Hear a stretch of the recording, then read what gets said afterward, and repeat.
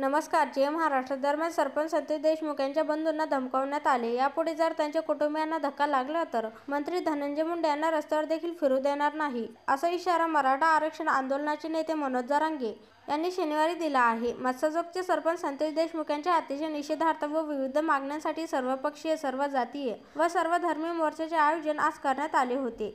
नूतन महाविद्यालयाच्या मैदानावरून निघालेल्या या मोर्चाचा समारोप छत्रपती शिवाजी महाराज यांच्या पुतळ्याजवळ झाला. यावेळी संतोष देशमुख यांचे बंधू धनंजय देशमुख, मुलगी वैभवी देशमुख, मुलगा बहीण मनोज जरांगे यांच्यासह आमदार सुरेश धस, आमदार संदीप क्षीरसागर, खासदार संजय जाधव, ज्योती मेटे आदी उपस्थित होते. सरकारने तातडीने हत्येतील आरोपींवर मोक्कासारखी कठोर कारवाई करावी. मराठा समाज शांततेने न्याय मागत आहे. मात्र सरकारने वेळकाढूपणा केला तर समाज कायद्याचा आधार घेऊन ठोस पावले उचलेल. सरकारने योग्य ती कारवाई न केल्यास मराठा समाज राज्यव्यापी आंदोलन करेल, असा निर्धार यावेळी करण्यात आला. देशमुख यांच्या कुटुंबियांना आधार देत समाजाची ताकद त्यांच्या पाठीशी आहे, असा संदेशही यावेळी देण्यात आला आहे. सरकार हा असंतोष पहा व न्याय द्या. संतोष देशमुख कुटुंबाला न्याय हवा. आरोपींना फाशी झालीच पाहिजे. आमचा संतोष, आमचा न्याय. आवाज लेकीने दिला, समाज लाखांनी आला, अशा मागणीच्या हातात फलक घेऊन परभणीतील शनिवारी काढण्यात आलेल्या मूकमोर्चातील प्रत्येकाच्या मनातला प्रचंड आक्रोश दिसून आला. मोर्चात सहभागी आमदार सुरेश धस यांनी सरकारवर निशाणा साधत संतोष देशमुख यांच्या हत्येमध्ये जातीय षड्यंत्र असल्याचा आरोप केला. मराठा समाजाच्या अस्मितेवर वार होत आहे. संतोष देशमुख यांच्यासाठी न्याय मिळवण्याची जबाबदारी सरकारची आहे. जर आरोपींना शिक्षा झाली नाही तर आंदोलन तीव्र होईल, असा इशारा त्यांनी दिला आहे.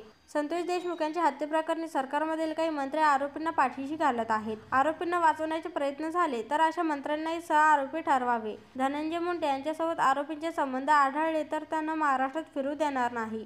या गुन्ह्यातील मुख्य सूत्रधार वाल्मिक कराड आहे. हा प्रकरण द्रुतगती न्यायालयात चालवण्यात यावे. तोपर्यंत मंत्री धनंजय मुंडे यांचा राजीनामा घ्यावा. सीडीआरमधून जितकी माणसे सापडतील त्यांना थेट फाशी द्यावी. बायगिरी करण्यासाठी एखाद्याचा खून करणे म्हणजे माणुसकीचा खून झाला. या गुन्हेगारांना फाशी झाली पाहिजे. परळी ही सामान्य माणसांना त्रास देणारे केंद्र, बिहारलाही लाजवणारे हे परळी आहे. मंत्री धनंजय मुंडे यांनी नैतिक जबाबदारी स्वीकारून राजीनामा दिला पाहिजे.